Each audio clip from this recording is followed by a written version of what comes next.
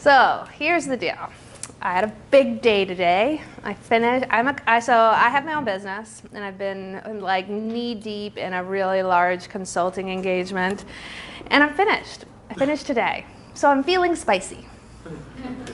I'm not gonna lie. I'm feeling spicy. I just feel like free. I'm free. I mean, it was great, but it was a lot of work. So I feel like lifted, and it went really well. Today were all my final recommendations, and I'm just feeling so good and happy. So just should know about my mood. I'm in the mood for hard questions and spicy answers. I'll tell you a little bit about my background, and then I'll tell you about this particular topic. So I've been in the product management discipline for coming on 15 years. And I got into product management almost immediately after college. I was lucky to be in an organization that had really invested in the discipline early on. And I was like, that is what I want.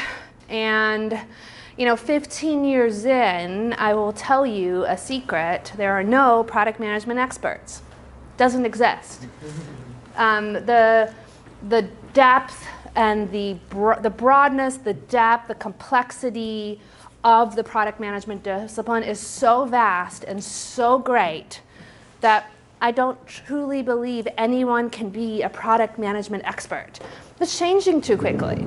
And there are so many different industries and so many different product types and so many different ways of working that companies have formed around this particular discipline. And so I really hold that no matter how long you've been in product management, you are a beginner. Every new company you go into, you are a beginner. And then I have gotten really fortunate that in my career, I got a pretty broad expertise. I just got really lucky to be in spaces where I got to optimize an existing product, where I got to manage an experience from the ground up, where I got to build true products with pricing and branding and value propositions, and go from what we have a problem all the way through a product development process. Welcome. I have managed experiences, I have managed tools, I have managed platforms, I have managed algorithms, and there are still beyond that more and more possibilities for product management as a methodology. After getting into product management, I started to climb the product management ranks pretty quickly. So truthfully, I haven't been a hands-on product manager in quite a while. Became a manager of product managers, then a director of product managers, and then started managing larger cross-functional teams. The Capital One, I was a director of product management at Capital One, specifically focused on the investing business and focusing on launching new and innovative products for that particular line of business.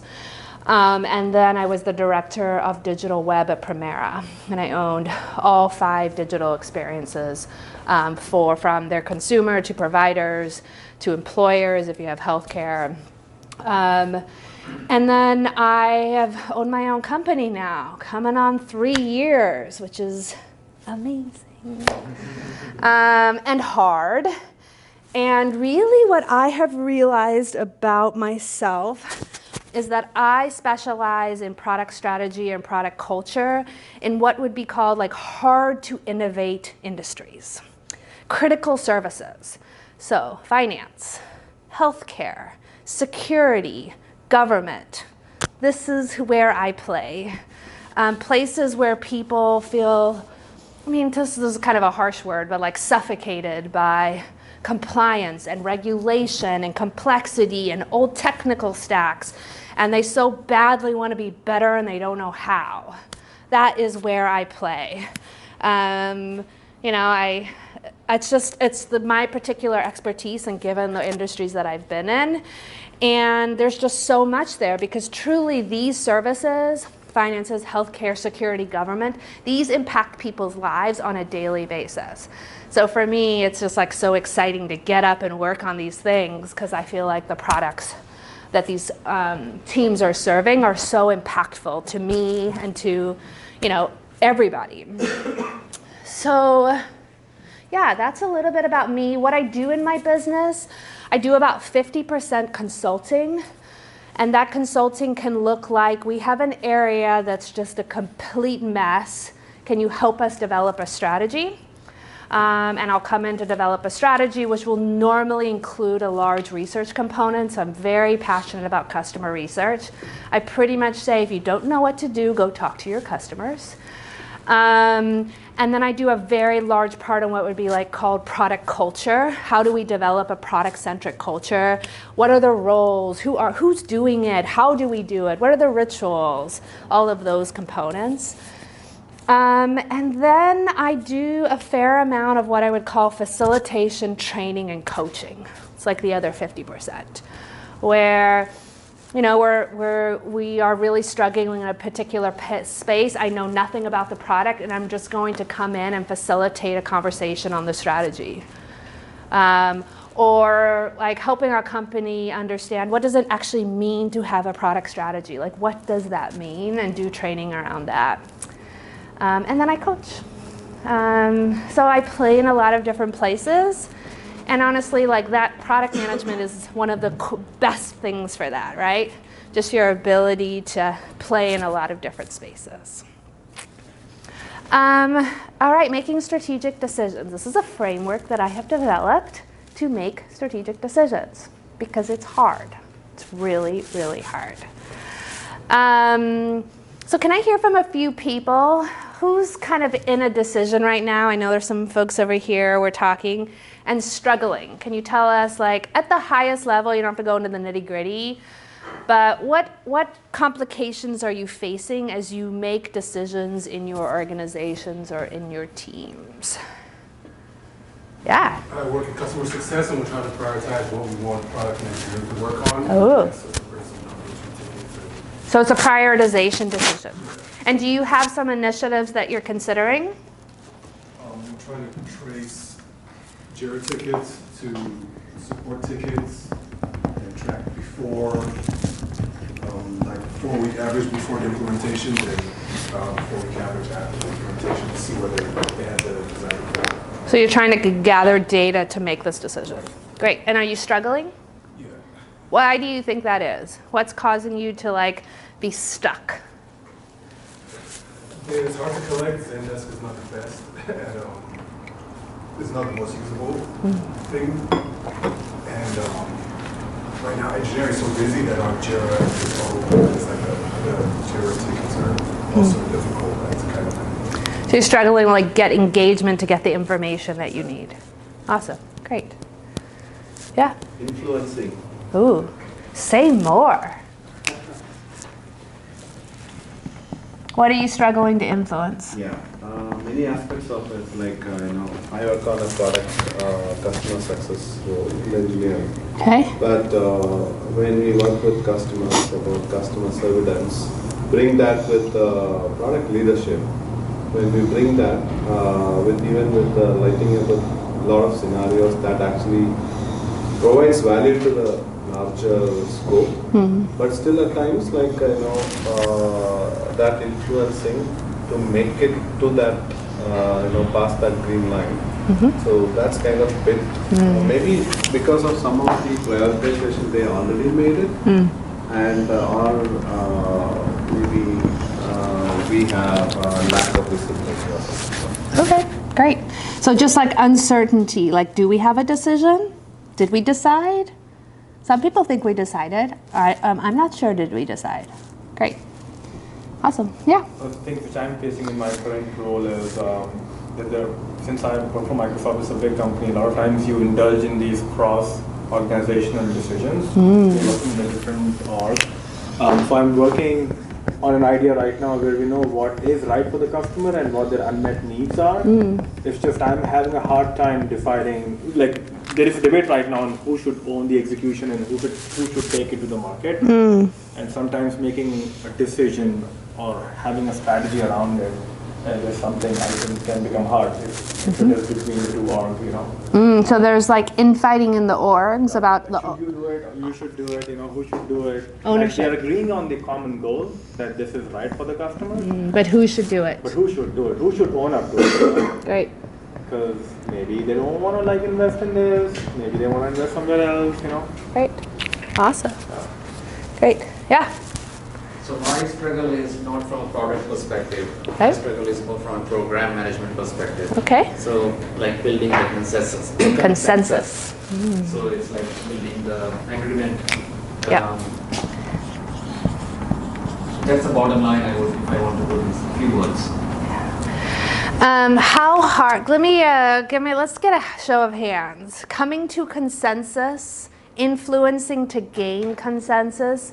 Who struggles with that? Yeah, it's hard. It's hard. It's really, really hard. Especially if you do not have a direct authority. You know. Great, great. Without direct authority, I love that. It's great, 100%. Like if I'm not the decision maker, then, and if nobody is the decision maker, how do we reach decision? Yeah, great, awesome, awesome, awesome. Anybody else? But also without people on board, because you might be decision maker, but if people don't talk to her, it's still not. Exactly. So even if you have authority, you can have authority, but you want everybody to be bought in. Great. Totally agree. So I'm the decider. Hey, welcome. I'm the decider, but if I don't gain consensus and buy-in, yeah, you're going to have little teams revolting all over the place, right? All right, cool. Great. So yes, this is hard. And I'm going to share with you my framework that we've developed around this. So pretty much I think product management comes down to strategic framing and leadership. Like that's all product management is. You're like, oh, well, that's so big. And yes, it is. But there's some like core frameworks around strategy, which I'm not going to talk to today. And then there are core leadership capabilities. Like going back to that product management is the super broad, super depthful, impossible to know capacity. So how do you become successful at it? Well, you invest in your leadership skills and your strategic thinking skills. Can you think critically and creatively, and can you lead other people to be involved in the process? That's product management, honestly. And I do not think I am the world's most knowledgeable person, but I can think, I can ask questions, I can structure chaos, and I can work with other people, which means I have relative confidence in my ability to walk into a company knowing nothing about their product and nothing about their industry, and within a couple weeks, be able to put together a pretty depthful and compelling strategy for them. Now, that's now become like part of my core competency, but that's not because of what I know, right? I don't know their product. I don't know their space. It's because I can think, I can structure, and I can work with people. So for those of you trying to go into product management, there's no magical thing you need to know, right? Yes, and 100% doing training, being able to speak the language. These are important things, and truly, it's not about knowing, it's about how you think and how you work with people, right? These are the kind of core crux things underlying product management. And that's what we're going to be talking about with this framework as well. 3 circles. I did not make this up. It came out from design thinking. All right, so product management over the last 15 years has undergone massive changes. So when I was starting out as a product manager played in this bubble here, viability. We wrote business cases. We crunched numbers. We said, is there enough business opportunity? Are we going to make money? Are we going to save costs, right? But then Agile came along and said, okay, no more throwing this over the wall to technology. Like, let's break down this barrier. And really, you need to be considering both the business impact and the technology feasibility at the same time when thinking about your strategy, right? Technology is driving innovation at a pace of change that business can't keep up with. I always say to business people, like, you think you know how you want to solve this? Technology will blow your mind, right? You can't just ignore, you can't just think, oh, I'll come up with the plan and then I'll throw it over the wall to technology. No, technology will create business opportunities that you don't even realize, right? So the breaking down of this wall. Then design thinking, human-centered design came along and said, yeah, you remember that customer that you're trying to serve? They're super important. Starting to consider their needs, their unmet needs, how you actually craft offers of value around them. Really starting with your customer and then working into how you make it viable and how you actually feasibly build it. So, I mean, this structure, I think, just fundamentally changed what product management does. And I really hold that these 3 legs are so equally important that any leg can lead. So we have a business problem or opportunity. We're not making enough money. We're spending too much. We have a customer problem or opportunity. We see an unmet need. Our customers are unhappy. We have a technology opportunity. Oh, machine learning. It's all everywhere. Could we use this? Or technology problem. Our technology stack is just so complicated we can't release anything, right? You can come in to this circle with on any of these legs, but the key with product strategy and decisions, which we'll get to, is you have to consider all 3 legs, equally weighted. They are all 3 important and should all 3 be considered. All right, making strategic decisions. This framework, I have used it for everything. Actually, 2 weeks ago, my husband and I decided what type of house we were going to buy with this framework. No joke. No joke. So it is a comparative decision making. It aligns really well with prioritization, but is not a prioritization structure. So we have a decision to make, and we have potential paths that we need to consider, and we cannot align on those paths. That's really what this framework is for. But honestly, there are pieces of that are going to be valuable in lots of different conversations. So they can be customer decisions. We have a target customer, and we can't decide, do we want to target millennials or do we want to target Gen Xers as a make-believe, right? We have a business decision. Do we want to be ad-based or subscription-based? 2 paths, or more than that. Technology-based. Do we want to buy or do we want to build? Career decisions. Do you want to stay? Do you want a new job or do you want to stay in your current job? Those of you that have jobs, this framework can be used for that. And then personal. Do we want to buy a house? Do we want to stay in our condo? Was the hardest, so hard. So this framework really is a decision-making framework when you have to make a decision with lots of different inputs and with lots of different people. It's kind of easy to make a decision by yourself sometimes, right, if you're clear. But you add other people with differing views, differing values, things get really, really messy. My husband and I have been trying to buy a house for 6 years. 6 years. Do you know why we haven't bought a house? Because we are not aligned at all on what type of house that we want to buy. And so 2 weeks ago, I got this framework out, and we did it all. And we came to consensus, right? And it was a process. There is a webinar online, I think you can find it on YouTube, where I talk about a career move using this framework.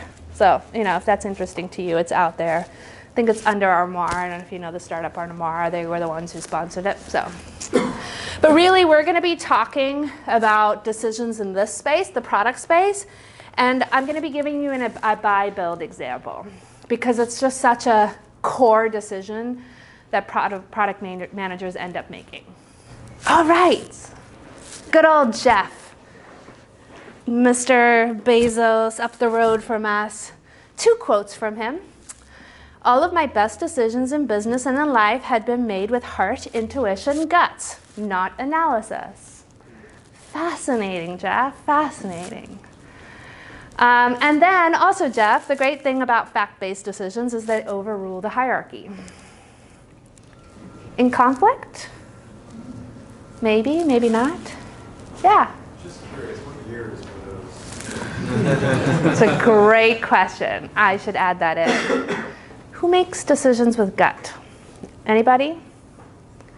Okay, how about this? I'm going to do more of your decisions in both business. Let's do business, okay? Business decisions, more gut. Let's see a show of hands. Gut people, okay, 2. Analysis, 3. Analysis people. I'm so fascinated. I used to think I'd go into rooms and people would, no gut people would be there and that everyone would be like, no, it's all analysis. And I've been really surprised. Like, oh no, people do make, and especially when you get to that executive level, executives will honestly say, like, when it comes to a core crux decision, I use gut, right? So I've always been surprised, honestly, when I started doing this workshop, like, oh no, there are people who 100% use the gut. So I don't talk about this a ton in this. I have other things. So there's a whole bunch of research done on nurses' gut feelings, right? And a nurse's gut feeling about how a patient was doing was a better indicator of their health or whether they would return to the hospital after being not dismissed, but yeah, thank you. Then all of the health checks, like all of their like critical vital analysis. And it's not that these nurses were like feeling into the universe, but the nurses had had hundreds and thousands of hours looking and working with patients. And they couldn't tell you why they didn't think the patient was doing well, but all of that previous experience was weighing into them saying, yes, this person is like healthy, or no, this person's gonna be back and need to be readmitted, right? So I really hold you have to use both. Analysis is your experience, right? It's all of your experience in your time here in this life on this planet, tied to what you think is important, and we'll talk about that, right? And shouldn't be discounted, right? As people, your companies hire you for your experience. Why would you ignore it? And it's not enough to make decisions, right? And I really hold that it's the combination of both. And I'll talk to this. I don't think gut tells us path A or path B. I think gut tells us past experience tied to what I think matters, which is different, right? We'll talk more about that as we get into the framework. So a decision has to be made. I have 5 steps to this process, and frankly, I am giving you a pretty rolled up view. This sometimes, depending on the complexity of decision, this process can get really complex. We'll talk about it when we get to criteria. My husband and I had 25 pieces of criteria across 6 different options. And not only that, we weighted them differently. Does that make sense? Like, we prioritized the criteria differently. So I'll show you what this looks like. Got highly, highly, highly complex. And there's value for stepping into that complexity in a structured way, rather than what we've been doing for 6 years, which is keeping it in our brain and keep arguing about what type of house we want, right? And that happens in our teams. You know a team needs structure like this when you hit analysis paralysis, right? You're in a decision, you keep talking over each other, even as you just like talk and talk and talk, you don't get anywhere. You need a structure, right? You need a framework to move through. Sometimes teams who see this will say like, oh, isn't this just like overkill? And I'm like, you know what's overkill? Having 10 1-hour discussions where you make no progress and you just talk past each other, and 3 months later you still haven't made a decision. That's overkill, right? I do not hold that this framework should be used for every decision, right? But if you are at that point where it's like, clearly we are not making progress here, use the framework. I would also say if you have high risk decisions, even if everybody seems aligned, go back and do the framework. There was a decision, I ended up in those last 3 years of my business, I've been working a lot with startups, and I helped build a particular startup.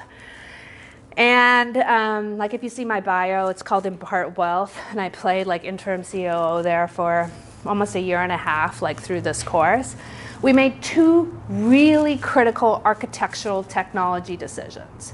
The first one, we were super aligned, right? Super aligned on what we were going to do. There was almost no discussion, and we didn't do the framework, right? We ended up questioning that decision during our entire year and a half of implementation. The second one, we had no alignment. We kept like, everybody thought different things. We kept analysis paralysis, so we did the framework. To like looking back on the project, it was the best decision we made, right? No regrets, 0 regrets. So if you have, so it can be both, this is a small decision, but we have a lot of paralysis around it or disagreement, or it's a really high risk decision. And even though we have agreement, let's step back and do our due diligence. So you do not have to do this in order, right? It's not in order. I'm going to walk you through it in an order because it makes sense from a teaching standpoint, but truthfully, you may start in different places, right? You may start in criteria if you don't really know your options. But for us, we're going to talk about options. All right, option 1, options. All right, so I talked about that decision that the startup team and I could not get aligned around. It was a buy-build decision. So we had 3 core pieces. I just want to give you this example. We had 3 core pieces of functionality. The first was authentication. Don't build it. Buy. There are great authentication solutions. There was absolutely no need for us to buy here, right? Lots of people have invested in lots of services. We did not need to reinvent the wheel. We needed it to be secure. Done. Buy. The third piece was a piece that was our differentiator. It was the thing we were building the startup for. No one else in the space was doing it, right? Okay, no brainer. Build. No one's doing it, and it's our differentiator. The second piece of functionality was more complicated. It was a piece of functionality that was widespread, but it was also highly complex. Myself, the product manager, because there's a product manager on my team, and the designer, and the project manager, I can't remember our product, but the designer who had worked in this particular space before and knew how complex it was, the product manager and myself were all like, no brainer, buy. My developers and my project manager, I think they were like, no way, this is too complex, we're not gonna be able to do what we wanna do here, build. We spent 3 months going round and round and round, buy, build, buy, build, buy, build. And finally it was like, okay, time out. We gotta do this process. So I'm gonna be showing you as we walk through this example. It's very high, like I've rolled it up to try to make it consumable. This can go to much more level of depth. Okay, step 1, options. So more often than not, you're coming in and you think you're faced with 2 options, right? I'll put my husband there. Stay in our condo or buy a house. But truthfully, it's never 2 options, right? It's never A or B. right? There's always so much more complexity underlying these options. And when you make things black and white, you really miss opportunities, right? So starting to broaden your perspective as a team so that you, even as you maybe argue, you can start to realize that there are other options, right? So on the buy build side, that can be a hybrid. There can be multiple buy options, and starting to really parse that out so you're looking beyond just your defined path. I also really like to leave a column in the document that's just like something that emerges that we never expected. You leave the opportunity for the unknown so that you keep your thinking broad and don't narrow too quickly. So for those of you, that was all the next thing. Buy, hybrid, build. And then the buy, for this particular, we looked at 10 different buy options. We didn't use them all in the framework. We quickly eliminated some so that we end up doing an analysis on at least 3. So for those of you considering your decision, what are your potential paths? At least 2, and then start to just list out what are the potential paths that I'm not considering. These nuanced options, right? Okay, step 2, this is the hardest step. This is the step you will agonize on. This is the step you need to spend the most time on. What matters in making this decision?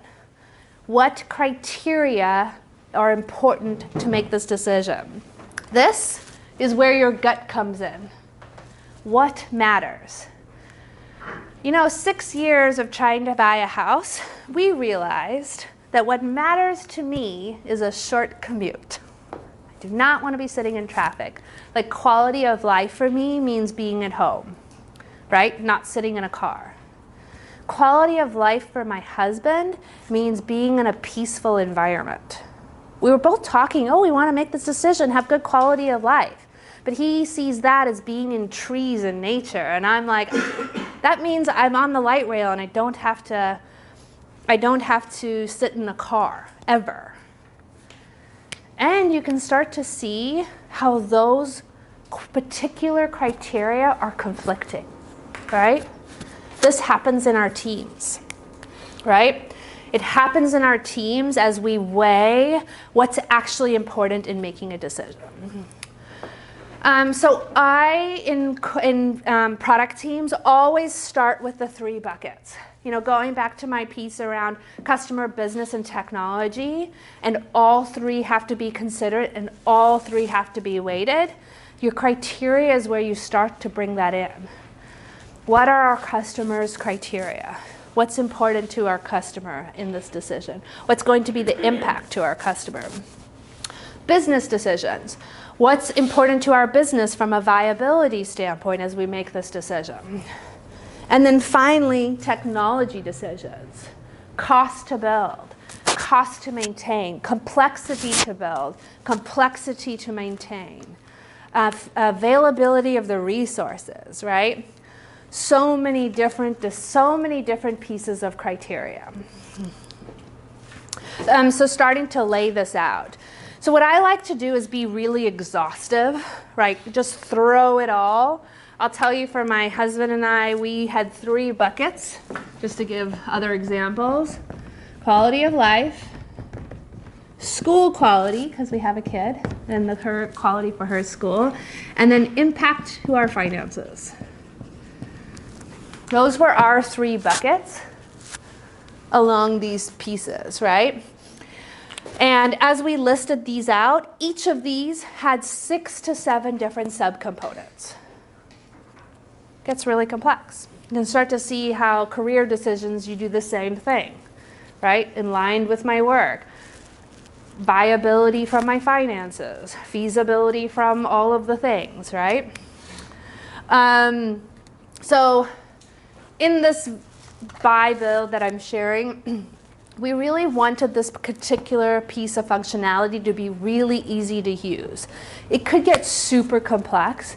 It's a piece of functionality that is highly, highly complex, And we wanted to make sure it was super simple. We didn't need all the bells and whistles. We needed something super streamlined. And then because we were building an app as our first, and we had some particular design elements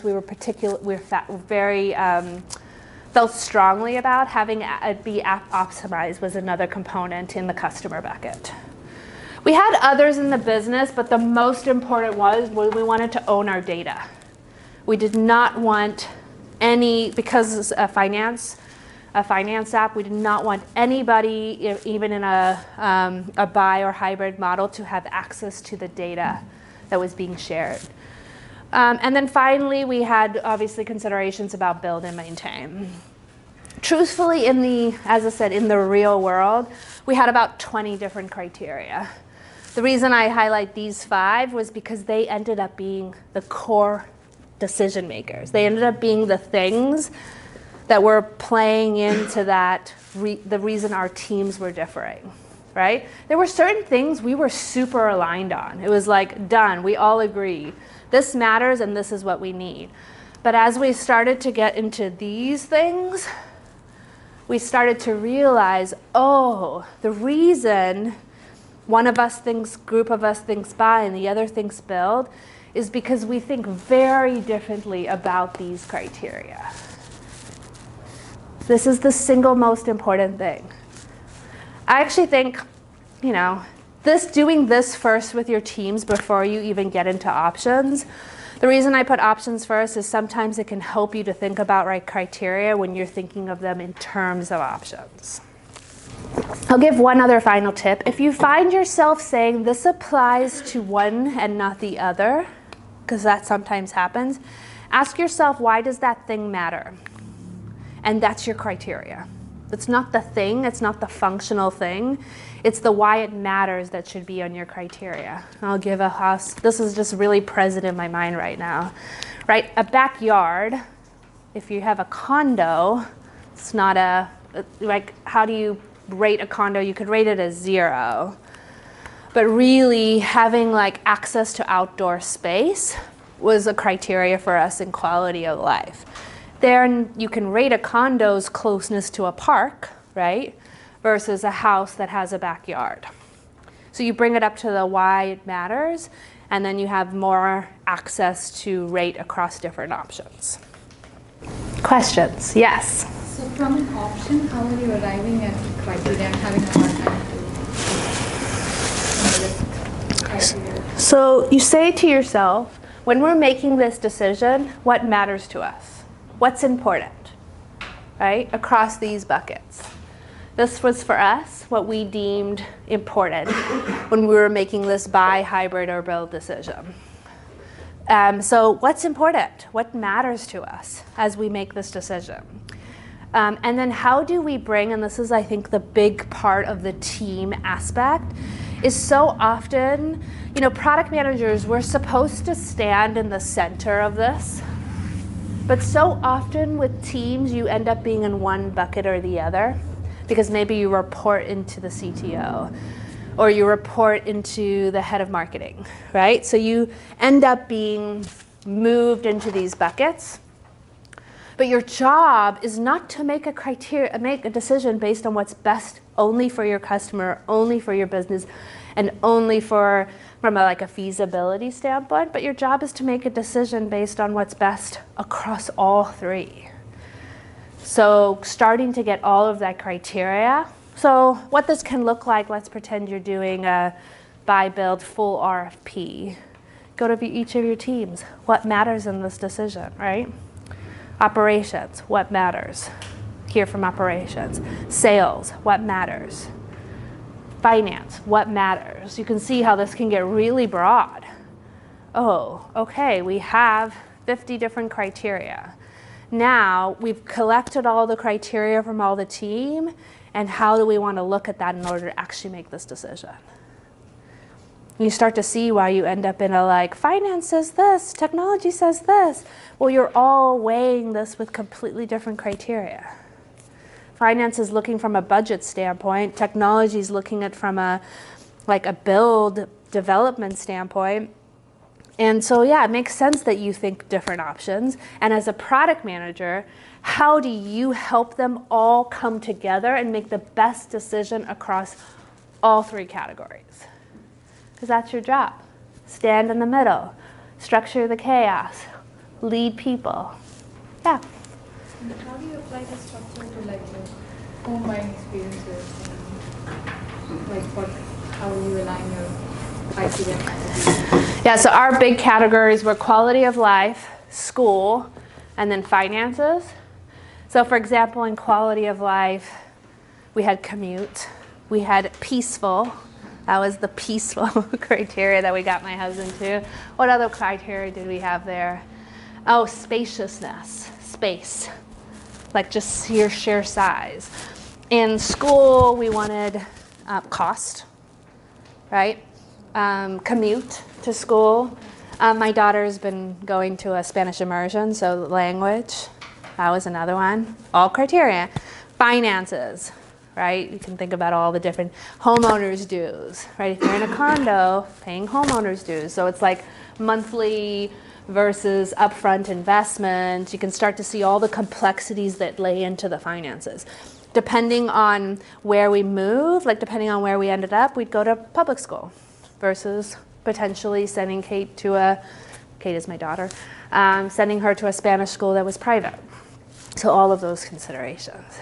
Maybe not right now, but maybe during the course of the session, if you can share some of your experiences, because obviously you've worked for Capital One or some of the firms where sometimes product manager is a little top down. You know, I mean, you get your initiative and your business decision makers probably sitting somewhere else. And maybe now you're working in a role where you have a much more authority because you're working for startups or small businesses, you know, where, and if you can share some experiences on how this framework would probably differ, you know, I mean, and if you're what were your experiences when you tried applying this maybe at Capital One versus where you are right now, you know, and what were those experiences? Yeah, I mean, I've been very fortunate to work in very empowered spaces, I will say.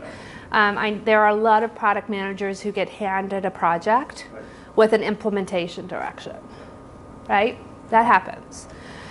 I have, made a little bit of a career out of, well, what's the right decision, right? And it doesn't have to be, I'm going back to relook at your decision, but no, we're gonna explore the implementation. And then in exploring the implementation, we did all of this work and we realized the implementation that you gave us is not right for our business or our customer or our technology. Now that takes a lot of maneuvering and influence and leadership, going back to those soft skills, but I truly believe that, right? In my career, especially in corporate, said no, we shouldn't do this as many times as I said yes, we should. And many times I was given a go do this. And then I was like, sure, okay, great. Like, let's start exploring. Let's talk to the customer. How are we gonna do this? Let's make sure on the cost side, and let's all of the pieces, right? And in the end, it wasn't like, I'm going to validate your work and make sure this is really the right decision. But in doing your due diligence and working it out, always asking yourself, is this the right thing for our customer? Is this the right thing for our business? Is this the right thing for our technology and our platform? Companies, especially large companies, are so bifurcated in their decision making and so siloed that if done well, people who try to bring all of those perspectives together to make the right decision aligned with all of them, and if you do a good job explaining and influencing and storytelling, it is one of the most prized things an organization has. No, don't think about what's right for us, right? You got to do it in a skillful way. But I 100% believe, and built my career on, working always to do what was right across these three areas. I think that's right with that, because that's what product management is all about, right? 100%. You want to inherit those qualities which you can go and apply somewhere else, right? Maybe at a startup or maybe a medium-sized company.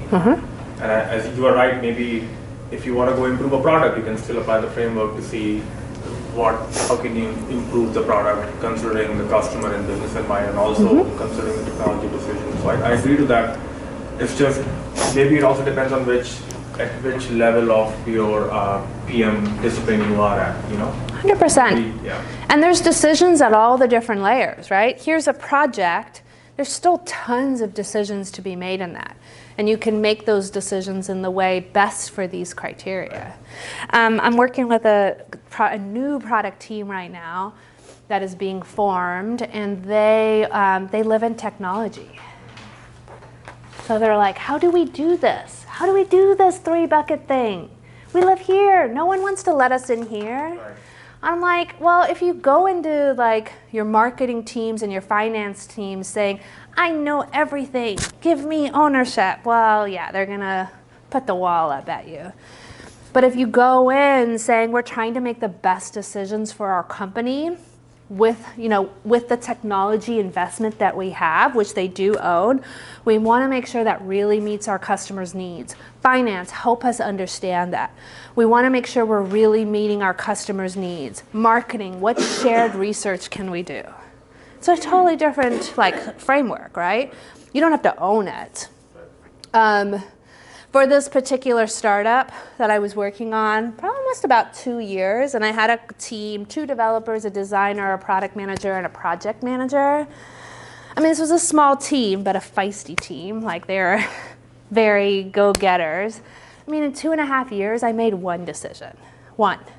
And I was the decision maker, but I made one, right? The rest was all supporting all of these different subject matter expertise to make the right decision. Going back to my kind of original pitch, it's not about knowing. Product management is not about knowing. You can't know all these spaces, but you work with subject matter experts and you pull in their knowledge, their discipline, their expertise, their opinions, their values into the overall decision making. Yeah, it's a great question. Let me see if I can frame it in the right words. Yeah. So when you open the statement, starting from the start, right, like from the beginning, you said that you have been lucky and you have been this, not when you started first, right, like the product. My question is,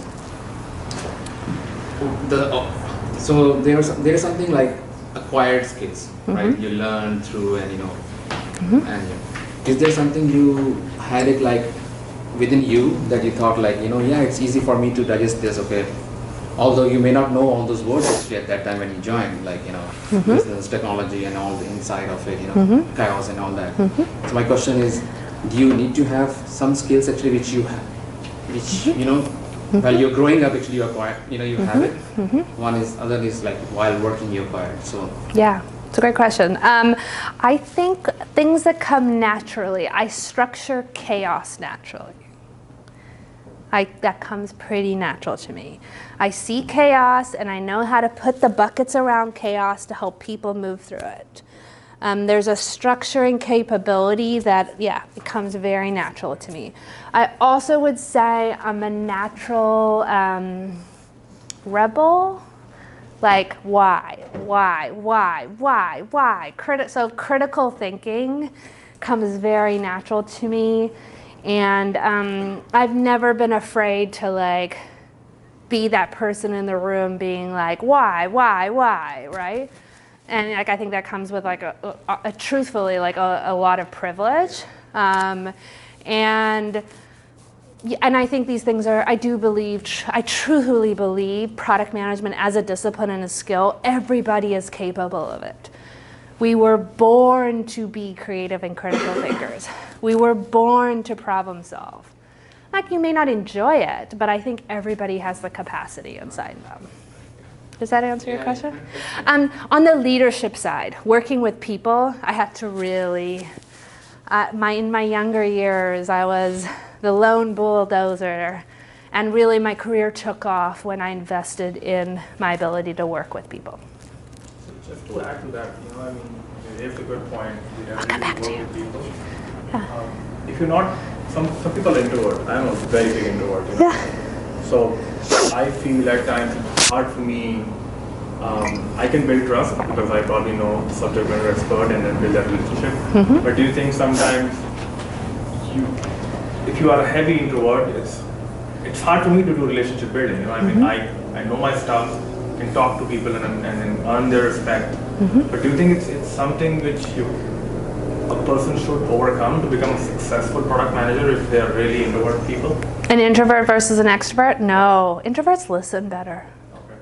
Like introverts are better listeners than extroverts. I mean, I would put myself more in the extrovert category, and I've had to really learn to shut up. I mean, truthfully, if I go into a consulting engagement, I know everything. Chat, chat, chat, chat, chat, chat, chat. Like, it's a disaster. I need to spend the vast majority of my time zipped and listening. Facilitation, which I've really grown to love. My goal is to talk less than 10% of the time, and that 10% is regurgitating back what I hear. So no, I don't. I do think there is the ability to move a room and structure a room, and that requires a level of entering into hard conversations that can be hard for both extroverts and introverts. Does that make sense?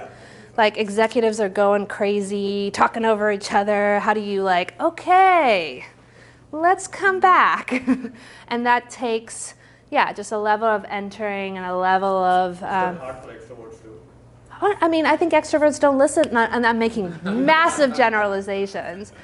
But yeah, because they're probably in there squabbling as well, right? They're in the fray. So, I mean, I think there's a challenge for everybody to I think it's a skill. For some people, I bet it comes naturally. And then for each of us, there are things we have to develop, right? Yeah. Every single one of us has things that come naturally, and every single one of us has places where we have to invest and grow and develop. You know what, so I was just going to add on to what you were saying, is that another thing I think too that you have is that you're very effective communicator. And that's probably what helps out a lot too. Yes, I think given my space, and I've had to work. I mean, I hope I'll be better 5-10 years from now. I will say I have a focus on development, self-development. I remember in the earlier days of my career, I'd get into a presentation and I would be 100 miles an hour, let's go, blah, blah, blah. And you can probably still see some of that. Okay, onward. Okay, next thing. And speaking at 100 miles an hour, learning to slow down and be in the discomfort. And I'm still developing, right? So yes, 100%. Back here, and then I'll come here. Kind of a specific example, we're in a ticket backlog right now. We have almost 3,000 tickets. So about 1,200 a day, the more is created. And we have to figure out a way to tackle this right. And the manager kind of has their ideas, and I have mine, and I don't know the best way to kind of present it. Yeah. Never start with the proposal. This is, I guess, the biggest thing. I'm giving you the takeaway. Don't start with the options and why the options matter to you. Start with the why. Start with the criteria. This is what I think is important. I think it's important for us to build a system that's maintainable. I believe it's important for us to really be honing in on core customer needs that we've been seeing. Start with the why, get alignment on the why, and then move to the what. Then move to the proposal. And I'm going to just show you these, and then we can talk more about this. So the next steps here are to rank and weight. Sometimes you can agree on the criteria, but you do not agree on its level of importance. And there becomes the other big thing. Oh, Jason and I both want XYZ for a house, but he ranks that as number 8, and I rank that as number 1. We've been saying that a short commute is important for 6 years, but that's my number 1. It's his number 10. You can start to see why we have differing views, right? How people prioritize, and then how they weight it. So start here. If there's non-alignment, start with start with the why, start with the criteria, start with what matters, and start with the priority of that. If you can't align on this, you will never align on this. And then you can also, in spending the time here, you can start to see where you're unaligned. So across our 20 different criteria, oh, it's so clear. Commute, most important for me. Jason, space, and what's the word? Peacefulness. Okay, I thought it would be nice to have a peaceful house, but that's like number 15. Oh, okay, I get it. Now I can see why we never align on a house, and I'd never seen it before. 6 years of looking. Same thing happens in your teams. My question was, we fill in this matrix.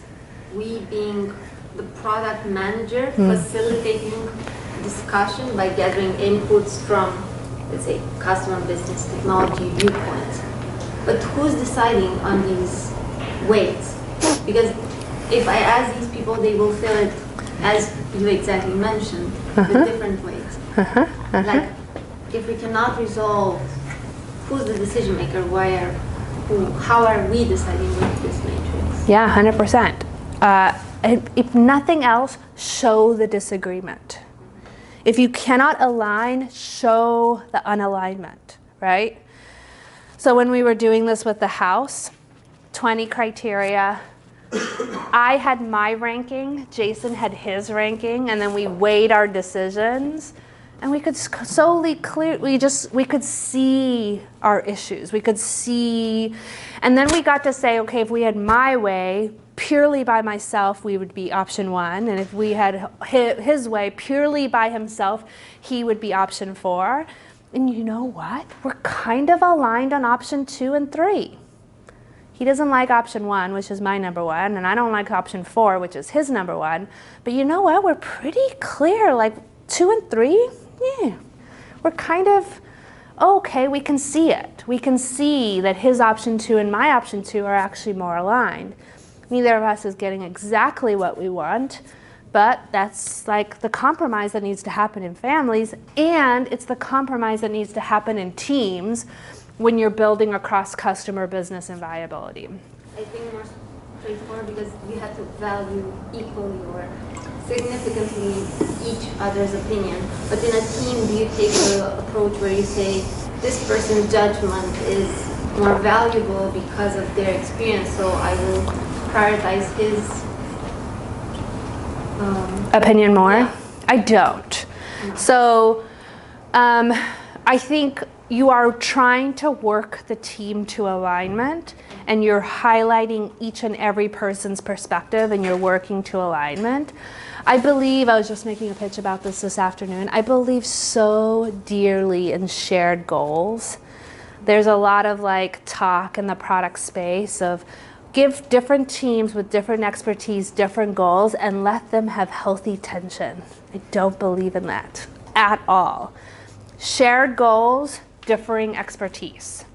So if you, as a customer-focused person, are not aligned that technology also matters, I'm gonna help you see why technology also matters. If you, as a finance person, think it's only important to optimize the bottom line, I'm gonna show you why thinking about your customers' needs are also important for the bottom line. So, that's part of the work of the product manager, is bringing all of these perspectives together and helping them see why they're all important, right? They can connect the dots together and maybe they can agree on one priority. That's ultimately what you're trying to do. And sometimes that is getting in a room, right, to work it through. I'm not saying this is not complex, and it's better than sitting in a room all talking past each other. There are times where, as a team, you cannot agree on priority, and you have to take it to an executive or management team to get priority. No doubt. That does happen. But, I think part of your job as product manager is to try to get to that space where you can all be aligned without having to just resort to going to an upper management for decisioning. Does that make sense? Cool. All right. You've got your criteria. Now you can weight. You can rank it. You actually have information against which you can systematically and methodically rank your options. So I like to use a 1 through 7 rating. You can use 1 through 4. You can use 1 through 10. 1 is low, 7 is high, right? 1 is bad, 7 is good. And you start to rank each of your options. Build's starting to look pretty good. Oh, if we look at this from this perspective, oh, maybe buying in hybrid wasn't such a good idea, right? Sometimes it works this way. Truthfully, what actually happens in decisions where you've been going around, like talking forever and like duking it out, you start to realize these are really close options. You start to realize how close they were, and that's why you couldn't reach consensus. That's what I tend to find. The decisions where you've really been struggling, you actually start to see how close they are and how nuanced they were, and that's why you couldn't reach consensus. So I really like a quantitative method. Jason and I, when we did this for our house 2 weeks ago, we were blown away by the numbers. Blown away.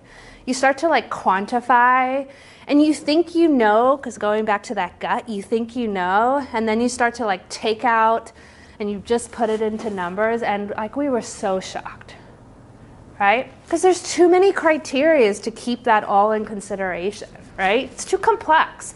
And we are making highly complex decisions. If it were easy decisions, you just make it. But truthfully, we have so many decisions that have lots of inputs, lots of team members, and if we don't have a structured way to look at it, we never make a decision. These rankings which you've got, 1, 5, 3, 1, 2, and 1.9 is the weighted average, right, of all of these things? Correct. How are they relating to the weight you have on this? So you can see 1 and 2 we weighted more heavily. Right. 3 we weighted 20%, and 4 and 5 we weighted 10%. So that's priority. So we created the weighting based on our priority. Right, but for example, in hybrid you have 6, right? So 6, 2, 2, 3, 6.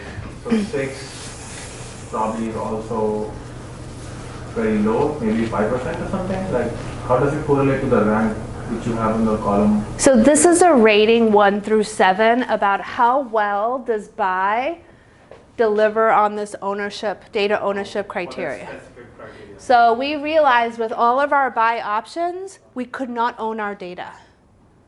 1.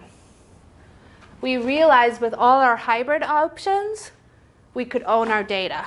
It was the same, it was equivalent. So we had to do a fair amount of research. There was a massive spreadsheet with 20 different options here, and my analyst was looking at all of these different vendors. But we started to realize we actually even had to call providers.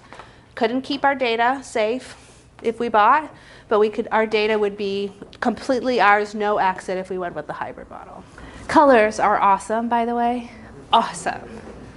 Like you can start to see, you can see the number down the bottom, right? This lets you see, oh, clearly build is the better decision, especially when this starts to get really complex and you've got 20 different criteria. The colors start to let you see why.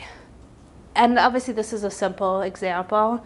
When it gets into lots of different criteria, you can start to see, like Jason and I, we were super aligned on school and super aligned on finances. All of our differing answers were in quality of life.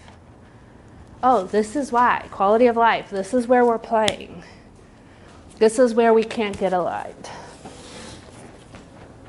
I love like this, like you trying to see the answer. Now you can bring the team together. Like, let's look at this together. Let's create this together. Let's decide together.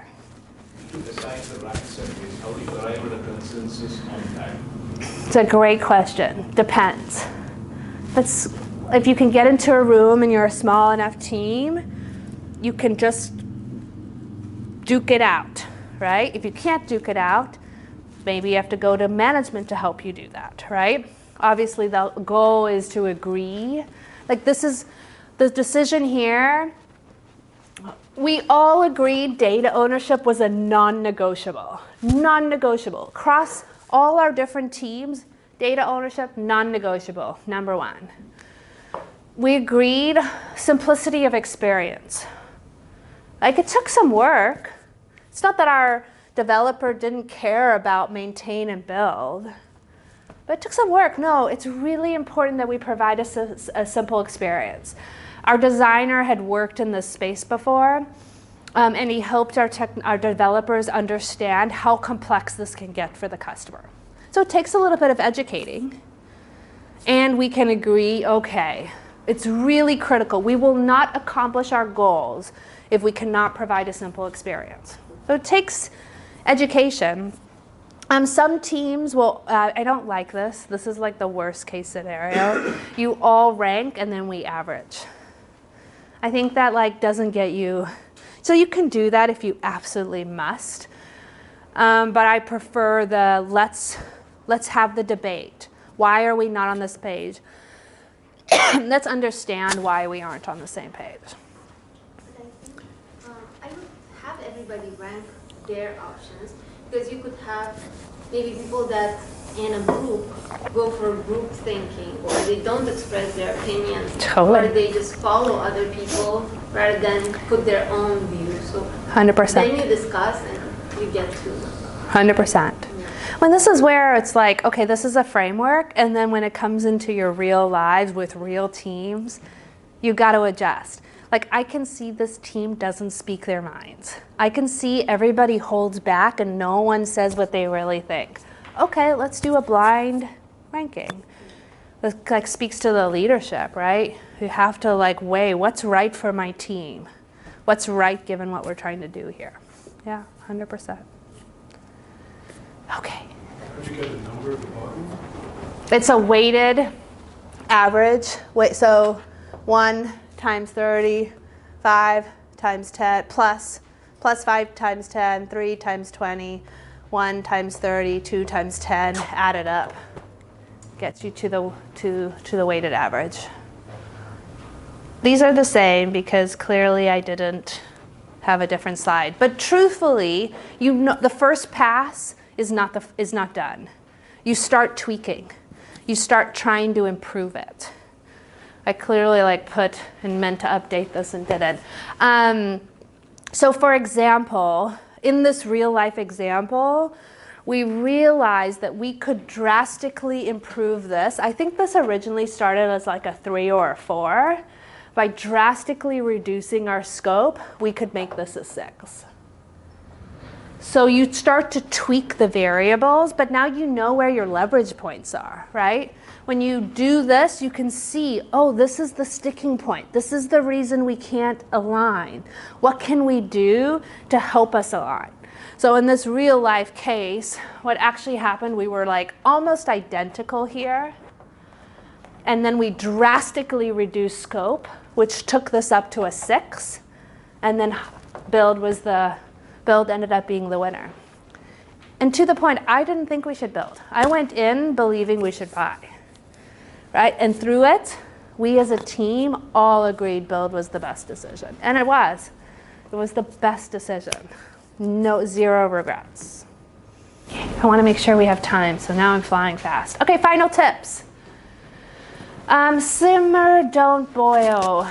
Be rigorous, but don't battle.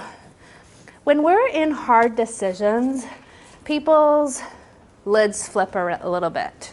It causes people a lot of stress, and they feel uncertain. And in that certain, they start to battle. Truthfully, sometimes you have to stay in hard decisions. This decision, I mean, once we actually started going into the process, still probably took us 2 months, which for a startup is a long time. Right, in a corporate, you could go much longer, right? And we kept, teams that just want to rush to a decision. And truthfully, some decisions just really require the analysis and stay in the unknown until the right answer emerges, right? Trying to rush or force a decision, especially for high risk critical decisions, staying in the discomfort of it all, which speaks to my don't rush, stay in the discomfort, right? We just hate uncertainty. We hate it so much. Like all our alarm bells are going off when we don't know. And some decisions are worth the time, worth the pain. Trust the process. To make decisions is to learn together. You will learn so much about your product and the teams who support your product through this process. You're going to learn what matters to them. You're going to learn how they weigh things. They're going to learn about their experience. Like our designer was like, I've worked in this space. You do not understand how complex it is. Like he had to really share his expertise, right? You give people the opportunity to do that in this type of process. And then finally, aim for best, not right. In so many decisions we make as product managers, there's no right decision. You will never know if your decision was quote unquote right. You're aiming for best, given the variables at play and given the information that you know. I'll leave you with my final quote and then we'll just open it up for questions. Life is neither black nor white. You're learning to live, exist, and make decisions in the gray. All right, what questions do you have about this framework? And then I'll open it up for general product questions. So I don't have a question, but I have an experience to share if you want me to share. So you mentioned the don't rush thing, right? Yeah. So I was talking to one of my CVPs in my org, and so he shared his experience when he was getting promoted as CVP in Microsoft. So you have to go through a psychological analysis, and the feedback he got, which actually goes to the CEO of Microsoft before he approves of someone being a CVP, is that you try to, in meetings, you try to get to decisions faster. You don't let people fight over things, which he shared to us came as a surprise to him. He was like, I should be rated highly because I'm trying to drive people to conclusions faster. But he did say that is something they wanted him to improve upon, because you're making a big decision. You would want not to rush and let people fight it out and then stay in the discomfort for a bit. Totally. So that was actually something which really resonated to me when you said 100%. Don't rush into things. Totally. And it's not every decision, but we all know when those decisions come, oh, this is big. This is going to impact 2 years and X million dollars, and that carries this and this risk. Oh yeah, let's spend a little time, right? 100%. But how would you shield, yourself, like you are the product manager, to your point, right? Let the decision, don't make a decision, right? Basically, just soak in. But at the same time, you're wearing the hat of product manager, and then you have to decide. So it's like, you want to decide, but probably in that case, the management doesn't want you to decide. Then it's like, So it was, for what he said was that he's the ultimate decision maker, but you should at least give the time to the audience to make sure that they bring in their point. Oh, okay. And then eventually you will put the hammer on it, but you should let the discussion happen and at least see if you want to use those points. But still you have to drive. You can drive, right? So still you have to keep asking, I want this input, I want this input. Which is fine. It's just like, don't be impulsive sometimes and just make decisions. Hear people out. Maybe if you want to go make a decision, give the time to the audience to bring up their concerns. If you, I really take, if I have to step in and decide, it means we could not come to a right. And it doesn't mean we were it's like, oh, you could see of it as there's either 2 right answers or 2 wrong answers, right? Which is a little bit how, we felt for the house, all of these options are terrible, right? That's a little bit, right? You end up in this world where it's like, oh, these are actually, all of these options are pretty viable. Okay, well, let me decide. Let me just pick. Or, you know what? We had no good options. That's why we can't decide, is because all of these options are kind of terrible. But, we have to move forward. And then you step in. I obviously believe in the product management role as a strategic leadership role, and in that strategic leadership role, you facilitate a lot. The best product managers have a massive facilitation bend, and that doesn't mean they're just up there like, oh, I'm just helping you have a conversation. They're driving the conversation, they're answering, asking the right questions, they're structuring the information, helping people move through these decisions. And truthfully, the higher you get up in your career, I really believe the less decisions you should be making by yourself, which is really counterintuitive given our culture. But if you're up there at the top making decisions left and right, you have a very unempowered team. Yeah. Okay, and then I'll come back to you. Kind of a personal question. What was your favorite product to work on at Capital One? Oh, that's such a good question. Did anybody know what robo-advisors are? Yes. Yeah, on a robo-advisor platform. Yeah, I think that was my favorite, maybe because it was the hardest. I don't know, it's such a tough question. I actually think of my time so much in terms of teams more than products. Like, I think that team was the best team I ever worked with. Just the smartest, most compelling people. We had great debate, lots and lots of like clashing over ideas, all trying to do the right thing with lots of depth and competency. And so I think it's not because I am especially proud of what we delivered, but just because of that experience and how much I learned from it. Yeah. My point was related to your comment and your question, that I see a lot of value in what you said, not making having the decision the ultimate end goal. It could be more valuable that through the process you learn something new about the people, how they think, as you said, about options, about biases, or whatever you learn, and the result will come. So it's not that we have to focus 100% in this meeting to get the result. So I think that's, I mean, especially if they are multi-billion or multi-billion-dollar decisions, like they won't happen in 60 minutes. Yeah. Well, and sometimes you do have to make a decision and you don't have enough information. And then you can look at like, okay, what don't we know? Where are our biggest risks? Like, let's say I were making this decision and I actually don't know. I would start to say, where are our biggest risks? And I would start to include that in the analysis. Okay, we have to make a decision. We don't have all the information. So you can use the same thing even if you're on like a shorter timeline and you don't have time to do the analysis. I was thinking that we don't have to part with assumptions. So for example, when you rate certain stuff, or what are we assuming? Exactly. You start building this framework before you do the analysis. Because it tells you the analysis you need to do. Gives you structure. Okay, we need someone to go check on all our buy options and do they allow us to own data? To own our data, like keep our data. It gives structure even to the analysis rather than go learn about potential vendors who do this. That's so broad. Okay, we have very specific information we want. It even structures the work you do. Yeah, great point. Quick question on using it in the home front. Like, you have like two different rankings, like you said, on LinkedIn. What do we do? Yeah. Okay, so we each had a different ranking with a different weighting, and then we did come to agreements on this. So we were able to agree on how we weighted each option. You could even do a second column if you can't agree on that. And so then we each, with our different weighting, had a different overall number.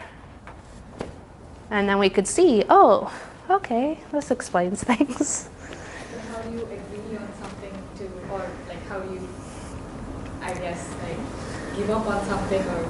Yeah, I mean, we've made a decision, and I don't know if it's definitely not either of our number one. But that's why you have teams in companies, different expertise, different values. You know, why you form partnerships and have family. If I just wanted to make a decision by myself, off I can go. But then I'm not in family and in partnership, right? Yeah. I'm going to open it up to broader questions. So you don't have to just ask about this. Now you can ask those bigger product management questions. Just one more question about this, at least for me. If you have like a close like 5.7 versus a 5.8, would you do that? Yeah, then you see, oh, these options are really close. 100%. So now you can just say, oh, you know what, these are both viable, or these are both terrible. And you can start to tweak to that point where improve all. Like, are these really close? Where are they differing? Normally, we'll go through a couple rounds of rating, right, and start to play. If we weighted, like on this one, originally we were weighting finances 40%, and we started playing with taking finance down and up, and what happened to our rating as we weighted finances differently. It was fascinating. So we got to have a debate about what we care about and what we value, just like you do with your teams. Sort of you went into it with a certain bias, with a certain gut feeling. And then you did the analysis and the numbers showed you something else, but then you went with your preconceived decision anyway. Was there ever something like that? And if anyone else has examples? Sort of. I can give you a personal example. Okay. Now, obviously on this one, I thought we should buy and we ended up building. The analysis said build and we built and it was the right decision. My personal, you can go see it, it's, as I said, on YouTube, where I talk about my decision to leave Capital One and go to Primera. And I was 9 months pregnant. And on paper, everything said stay at Capital One. Everything. All the things that I thought were important to me said stay at Capital One. And I chose to leave because my gut said it's time to go.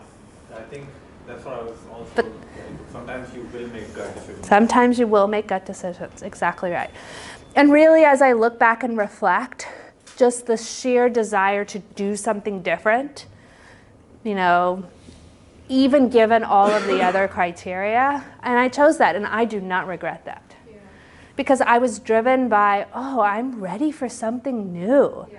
And that desire to do something new overrode all of the other criteria. I guess if you decide to go with your gut against the analysis, yeah. Maybe what that reveals is that your framework is lacking a couple of extra parameters that you haven't identified yet. 100%. Or, you know, sometimes it's not everything is rational, truthfully. Of like, is it rational that I just wanted to do something new? They could say no, but I don't regret it, right? The personal decisions are, I mean, at least in my case, actually, it's based on more gut feeling. 100% makes sense. Because, you know, it's personal decision. You know? Exactly. When it is I'm building a product, I will go with all the analysis and everything. I'll just put my gut feeling aside. Exactly. I will try to. I was just talking about this today with a coaching client about the different parts of your brain, and you know, there's all these.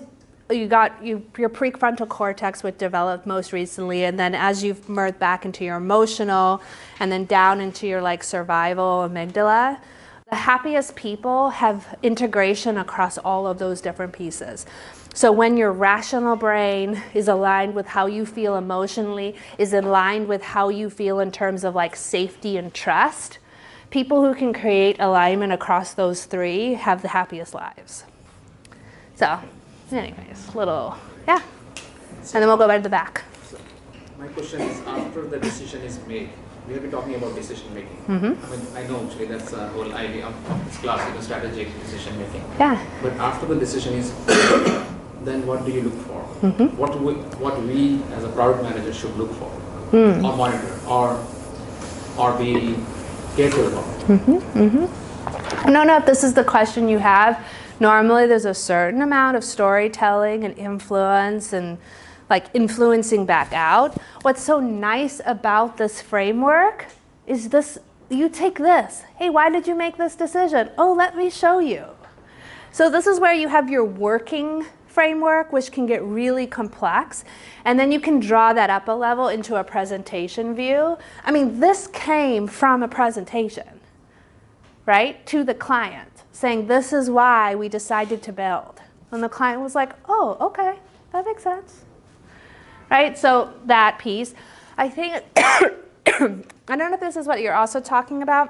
As you start to get into implementation, if you realize that you were wrong about one of these pieces, maybe you didn't do your full analysis here, right?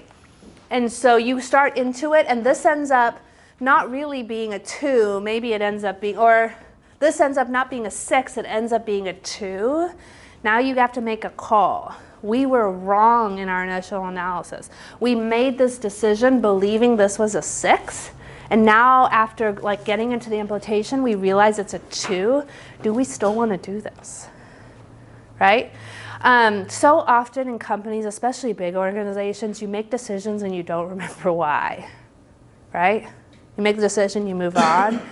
Having a framework that like documents your decision can really help you as you then move forward and starting to see were those assumptions even true.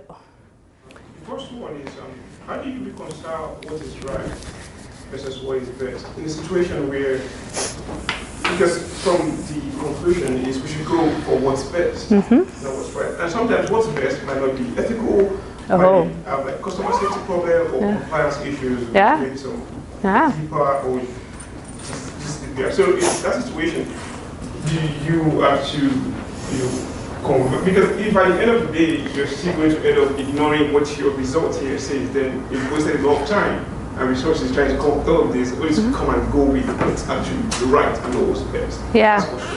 Second question is, where does time as a resource or an implementation window, where does it feature in this case? And what I mean is, let's say we have just 2 options, buy or build.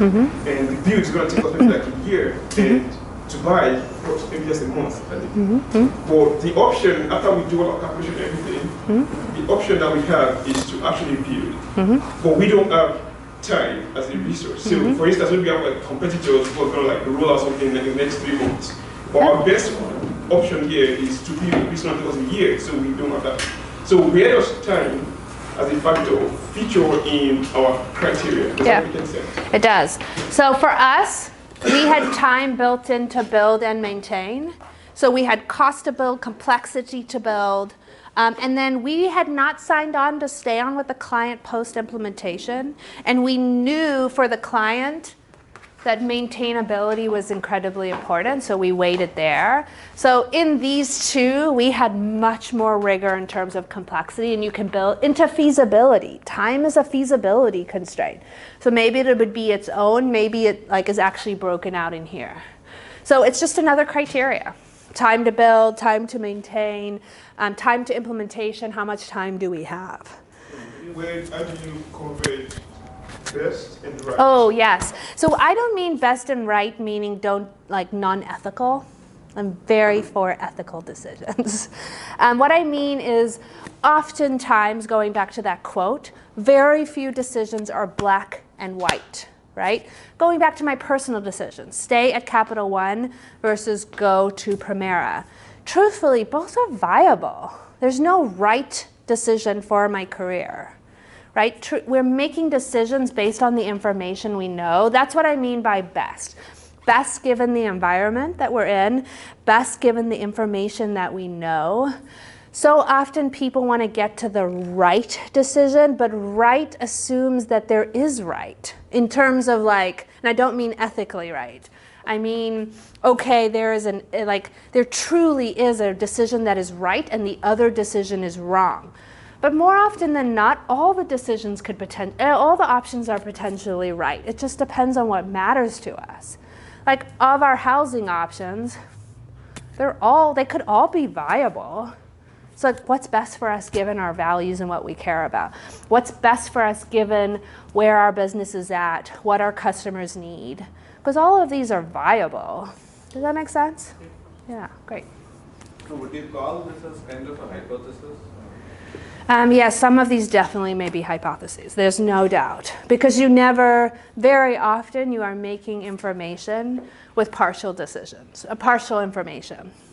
And this is going back to that risk. You can start to say, we don't have full information here.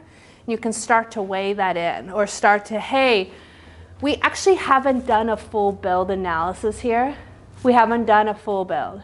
The team's taken a rough, right? But we don't have all the information. We have a hypothesis that it's going to be really hefty here and a lighter lift here, but truthfully, we've only done the highest level of effort.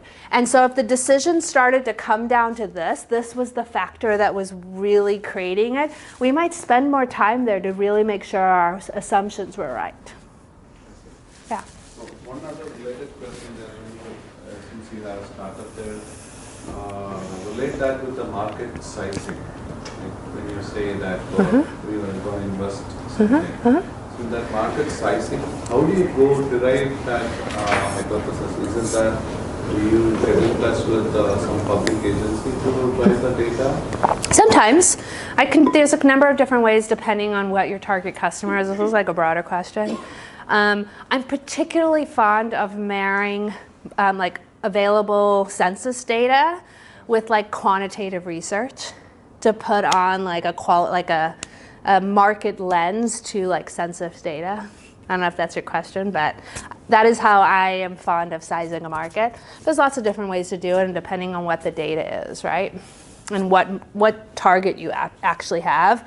And size of market could be a criteria. How big the market is could be a criteria, 100%. Yeah. Yes, the efficiency of any process, I mean, this is one process that you described in the talk today, would depend on two things. The correctness, the time taken to arrive at the final decision, right? Yes. So I was more interested in knowing the time, like based on your personal experience, how long does this process actually take? Depends. It depends on the problem. I know. When would you say like it's taking too long? When the time spent is not worth the impact of the decision. From your personal experience, how long did you spend, like, if you could just think of? For my husband and I, after 6 years, we spent a day on this, right? For this particular startup, there were 6 of us, and we spent 2 months. We weren't meeting every day, right? But it was a 2-month initiative. Honestly, there's so many variables. How important is the decision? What's the risk of the decision? How many people are part of the decision? How aligned are we? I mean, if you're very aligned, this can come together really fast. And if there's a lot of disagreement, this can take a really long time. And so you do have to weigh, is the time being spent worth the impact of the decision? The decision's pretty low impact and there's not a lot of risk.